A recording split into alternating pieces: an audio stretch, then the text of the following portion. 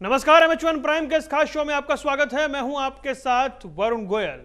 PC चाको हफ्ते भर पहले कांग्रेस में थे। कांग्रेस छोड़ने के बाद उन्होंने कहा कि पार्टी में इंटरनल डेमोक्रेसी नहीं है, यानी आंतरिक लोकतंत्र नहीं है।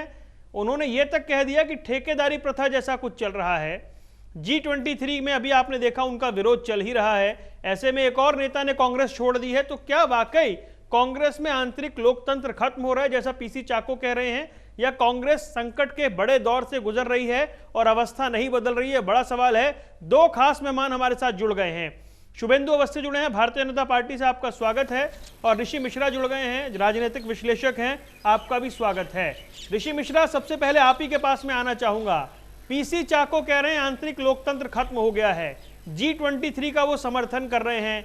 G23 के नेताओं को जो इतने महत्वपूर्ण चुनाव है उस प्रचारकों की सूची में नहीं रखा गया है।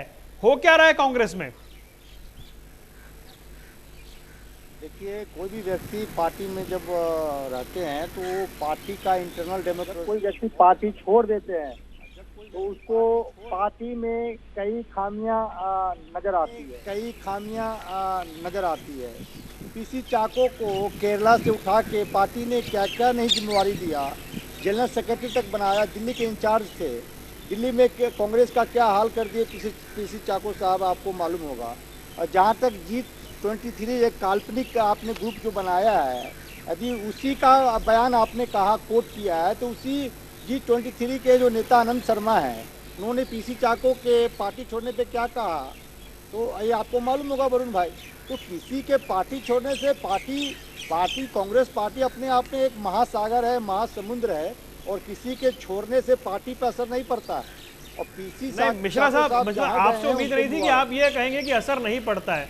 हेमंत बिस्वा शर्मा छोड़कर गए, पूर्वोत्तर के अमित शाह बन गए, वो अकेले वो चला रहे हैं पूरा पूर्वोत्तर। हरियाणा में जितने कद्दावर नेता छोड़कर गए, आज हरियाणा में दशा देखिए क्या हो गई है। ज्योतिरादित्य सिंधिया छोड़कर गए, मध्य प्रदेश में सरकार गिर गई है। आप कह रहे हैं किसी के जाने से असर नहीं पड़ता है। सवाल ये है कि कांग्रेस में ये हो क्यों रहा है? क्या भरोसे की कमी है? जाने वाले को कौन रोक सकता है? हाँ, ये बात ठीक है। को चाह रहे थे अपने 10 लोगों को टिकट दिलवाना। पार्टी जो है इंटरनल डेमोक्रेसी से चलता है। पार्टी जो है टिकट जो है ग्राउंड रिपोर्टिंग के आधार पे कांग्रेस में दी जाती है। पीसी चाको जिसको चाहे उनको टिकट दिला दे तो पार्टी में इंटरनल डेमोक्रेसी। अब पीसी चाको के अनुशंसा पे किसी को टिकट नहीं मिले तो कांग्रेस में इंटरनल डेमोक्रेसी नहीं है। हाँ। तो ये सवाल आपको पीसी चाको साहब से करना चाहिए था। नहीं, मैं तो जनरली, भाई आप विश्लेषक है ना, आप विश्लेषण करिए कि सिर्फ पीसी चाको नहीं, मैं ये चर्चा पीसी चाको पर केंद्रित नहीं करना चाहता।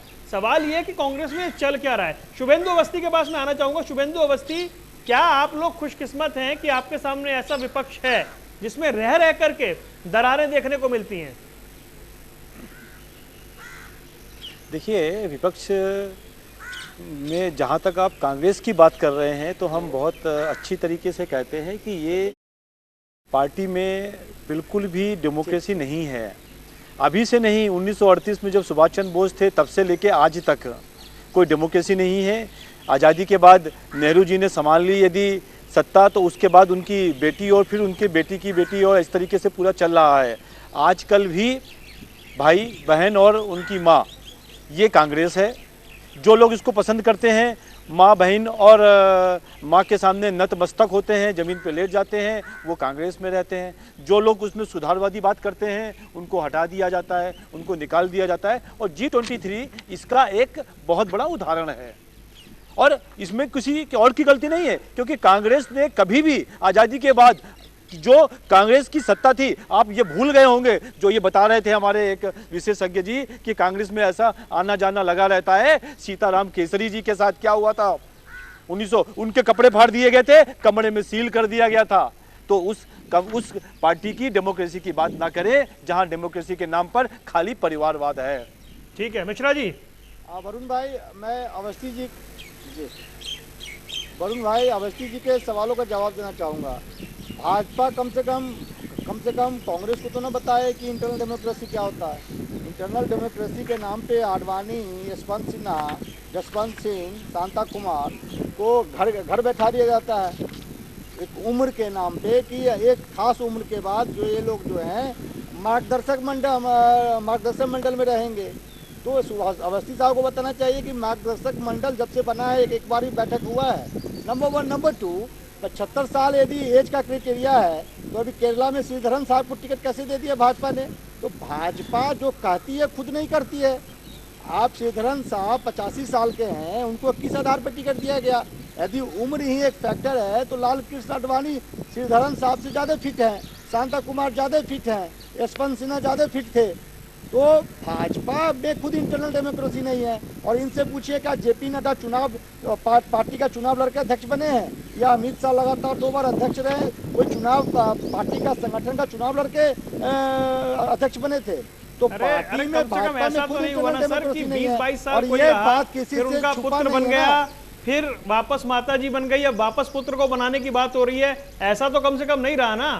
मैं परिवार की बात करिए। मैं बता देता हूँ ना, विजयराज सिंधिया, वसुंधरा सिंधिया और उनका बेटा अभी झालावाड़ से सांसद है। अरे पार्टी अध्यक्ष की बात हो रही है सर, आपने पार्टी अध्यक्ष, आपने कहा जेपी नड्डा, आपने कहा जेपी नड्डा बिना चुनाव लड़े बन गए, तो वहां कौन सा चुनाव हो रहा है सर? चलिए मैं मुद्दे पर आता हूँ। मुझे एक बात बताइए, नहीं मैं ऋषि मिश्रा, मुझे एक बात बताइए, ये जो अभी दशा है, G23 के जो नेता हैं, गुलाम नबी आजाद हैं, मनीष तिवारी हैं, भूपेंद्र सिंह हुड्डा हैं, आनंद शर्मा हैं, ये वो चेहरे हैं जिन्हें आपने चुनाव प्रचार से ही गायब कर दिया। मतलब कोई आवाज उठाएगा तो इस तरह से हो जाएगा।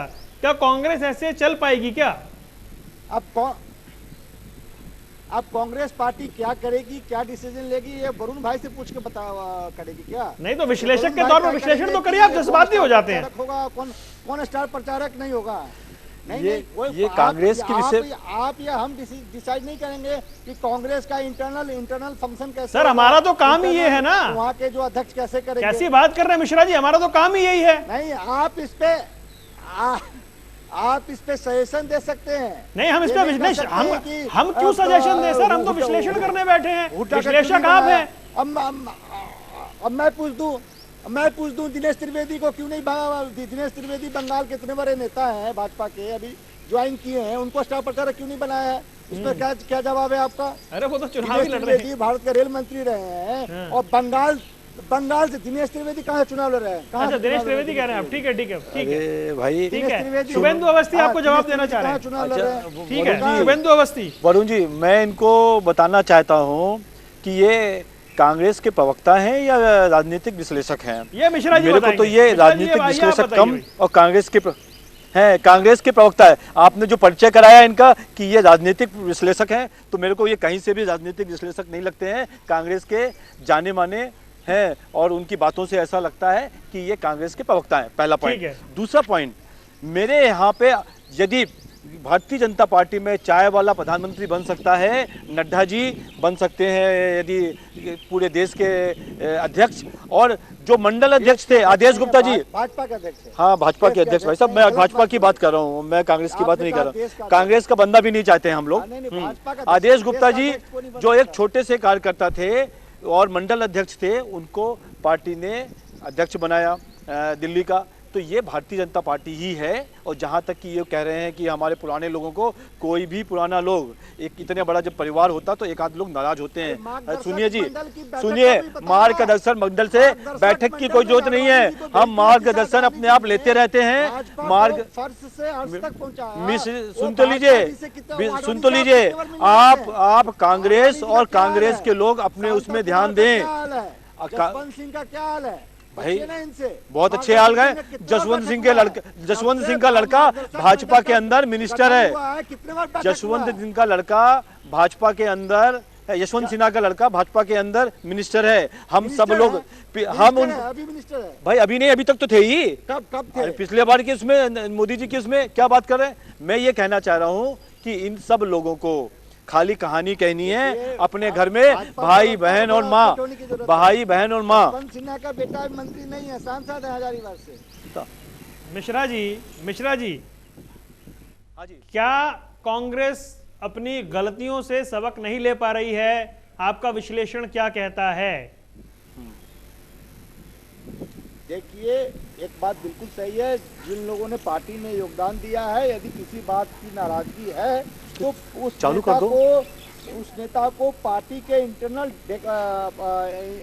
जो व्यवस्था है, अरेंजमेंट है, वहाँ बात को रखना चाहिए। ये नहीं कि पार्टी छोड़ के चले गए, फिर पार्टी छोड़ने के बाद पार्टी के इंटरनल डेमोक्रेसी को आवाज़ उठाए। आप पार्टी में रह के सोनिया गांधी से मिलके यदि आपको कोई दिक्कत था, यदि किसी चाको साहब की मैं बात करूं या ज्योतिराज सिंधिया की बात करूं, तो यदि पार्टी के सिस्टम में रह के यदि पार्टी में कुछ खामियां थी तो बात किया जा सकता था, उसको दूर किया जा सकता था। आपने पार्टी छोड़ दिया, आपने एनसीपी ज्वाइन कर लिया, अब बता रहे हैं कि कांग्रेस में इंटरनल डेमोक्रेसी नहीं है। किसी चाको का नहीं मिश्रा जी, देखिए अगर G23 के नेता ये कहते हैं कि हमें एक फुल टाइम डेडिकेटेड अध्यक्ष दे दीजिए, 1.5 साल हो गया कार्यकारी अध्यक्ष चल रहा है, तो इतनी सी बात पर उनको स्टार प्रचारकों की सूची से हटा दिया गया। क्या गुलाम नबी आजाद, क्या भूपेंद्र सिंह हुड्डा, क्या मनीष तिवारी, क्या आनंद शर्मा, ये वो चेहरे नहीं थे जो प्रचार के लायक थे? क्या आपको लग रहा है कि ये बात भी उठाना कि हमें एक समर्पित, एक डेडिकेटेड, एक हमें एक्टिव, हमें एक अध्यक्ष दे दीजिए, ये कहना क्या गलत है? ये आपकी बात बिल्कुल सही है। हर पार्टी के कार्यकर्ता का आवाज मिल रही है। नेता है, गुलाम नबी आजाद, भूपेंद्र यादव बड़े बड़े नेता हैं, लेकिन पार्टी अपनी जरूरत के हिसाब से हर राज्य में हर नेता का अपना एक महत्व होता है। बंगाल में ऐसा नहीं रहा होगा, पार्टी ऐसा सोचा होगा, पार्टी ने ऐसा सोचा होगा कि भाई आनंद शर्मा का वहाँ पे जरूरत नहीं है, किसी और नेता का जरूरत है। तो ये पार्टी का इंटरनल मैटर है, इससे हम या आप कह नहीं सकते हैं। पार्टी अपनी जरूरतों के हिसाब से नेताओं को मोर्चे पे लगाती है। अब मैं यही सवाल भाजपा वाले से कर दूं, दिनेश त्रिवेदी को क्यों नहीं लगाया, जबकि दिनेश त्रिवेदी बंगाल के ही नेता हैं। तो बंगाल चुनाव में ही दिनेश त्रिवेदी जो देश के पूर्व रेल मंत्री रहे हैं, उनको ही बंगाल में क्यों नहीं लगाया गया? तो इससे भाजपा क्या जवाब देगी? मैं इस पे भाजपा का सवाल नहीं उठाता हूँ, क्योंकि ये भाजपा का इंटरनल अपना प्रोसेस है। लगाना चाहती है किसको क्या? मिश्रा जी, क्या आप ये कहना चाह रहे हैं कि जब कांग्रेस सत्ता में थी तो इन सब लोगों को सारे पद मिले, लेकिन अब सत्ता से बाहर हो गए हैं तो ये नेतृत्व पर सवाल उठा रहे हैं? आप जो G23 की बात कर रहे हैं, G23 का ही एक नेता को आसाम का पर्यवेक्षक बनाया है कि नहीं बनाया है? पृथ्वीराज चौहान को G23 का हिस्सा मानते हैं आप? तो चुनाव का पर्यवेक्षक बना के कांग्रेस को भेजा है कि नहीं भेजा है, आप बताइए।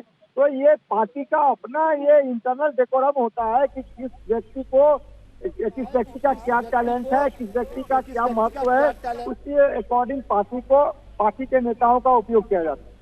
कुल मिलाकर तो ये समझा जाए कि अभी ये परिस्थिति बन रही है, स्थिति सामान्य होती दिख नहीं रही है। कांग्रेस की इंटरनल स्थिति है, इससे पार पाया जा सकेगा? हालात ऐसे ही रहेंगे? और क्या इसे सिर्फ आंतरिक मामला समझा जाए या वाकई कांग्रेस में नेतृत्व को लेकर संतोष बढ़ रहा है? इस खास पेशकश में इतना ही, दीजिए इजाजत, नमस्कार।